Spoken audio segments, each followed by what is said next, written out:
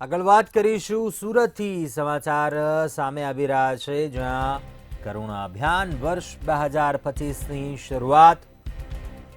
સુરતમાં કરુણા અભિયાન પ્રયાસ જીવદયા ચેરિટેબલ ટ્રસ્ટ દ્વારા અનોખી પહેલ. અડાજણ રોડ ખાતે રાજ્ય ગૃહમંત્રી હર્ષ સંઘવીના હસ્તે લોકાર્પણ કરાયું. ઘાયલ પશુ પક્ષીઓની મદદ માટે કરુણા હેલ્પલાઇન નંબરનું લોકાર્પણ કરવામાં આવ્યું. દૂરીથી ઇજાગ્રસ્ત ઘાયલ પશુ તેમજ પક્ષીઓનું રેસ્ક્યુ કરીને તેમની સારવાર કરવામાં આવશે. આ અભિયાન હેઠળ આ કેન્દ્રમાં કુલ 15 જેટલા સેવાભાવી સ્વયંસેવકો છે તેઓ તૈનાત રહેશે. આજથી સતત 10 દિવસ સુધી આ કેન્દ્ર છે તે કાર્યરત રહેશે.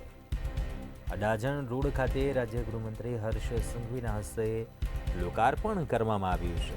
ઘાયલ પશુ પક્ષીઓની મદદ માટે કરુણા હેલ્પલાઇન નંબરનું પણ લોકાર્પણ.